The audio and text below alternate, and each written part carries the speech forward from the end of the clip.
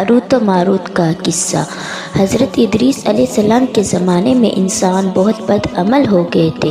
فرشتوں نے بارگاہ الہی میں عرض کیا کہ انسان بہت بدکار ہے اور یہ خلافت کے لائق نہیں، انہیں معزول کر دیا جائے، یا کم سے کم خلیفہ یہ رہے اور وزیر ہم، تاکہ ہم ان کے بگڑے کام سنبھال لیں۔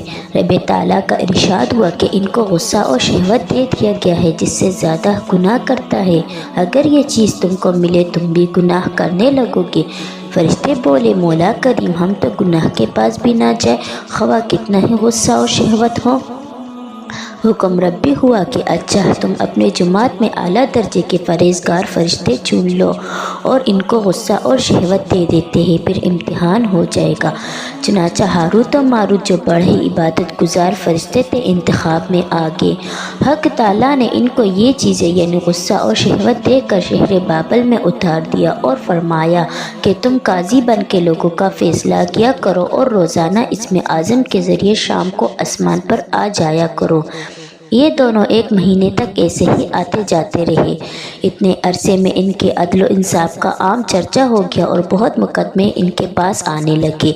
ایک روز نہایت حسین و جمیل عورت جس کا نام زہرہ تھا، یہ ملک فارس کی رہنے والی تھی، اس نے اپنے خاوند کے خلاف مقدمہ دائر کیا۔ یہ دونوں اسے دیکھتے ہی عاشق زار ہو گئے، اس سے برے کام کی خواہش کی۔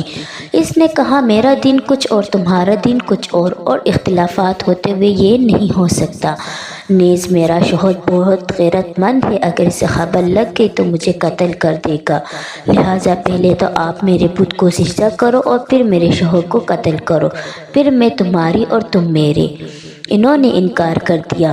وہ چلی گئی، مگر ان کے دل میں ان کے عشق کی آگ بھڑک اٹھی۔ آخر اسے پیغام بھیجا کہ ہم تیرے گھر آنا چاہتے ہیں۔ سر آنکھوں پر یہ دونوں ان کے گھر پہنچ گئے۔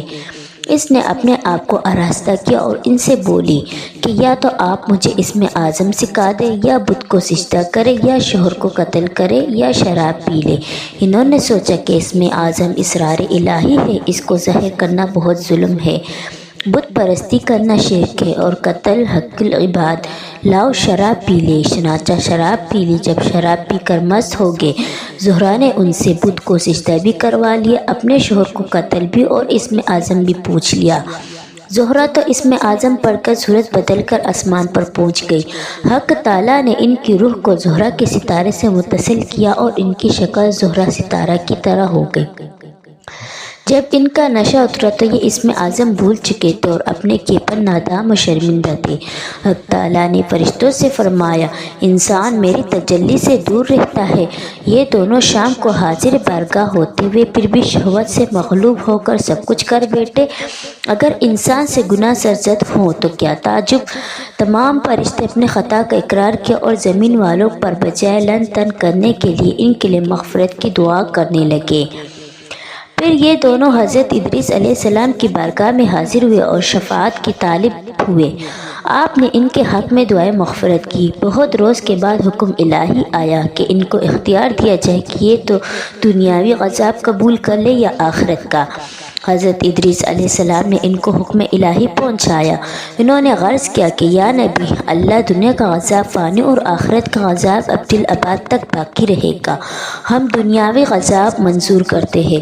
چنانچہ حق تعالیٰ نے فرشتوں کو حکم دیا کہ ان دونوں کو لوہے کی زنجیروں میں جکڑ کر بابل کے کنویں میں اندھا لٹکا دے۔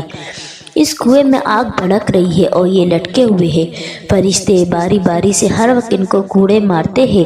سخت پیاس سے ان کی زبانیں باہر لٹکی ہے اور یہ عذاب قیامت تک ایسے ہی شدید رہنے والا ہے۔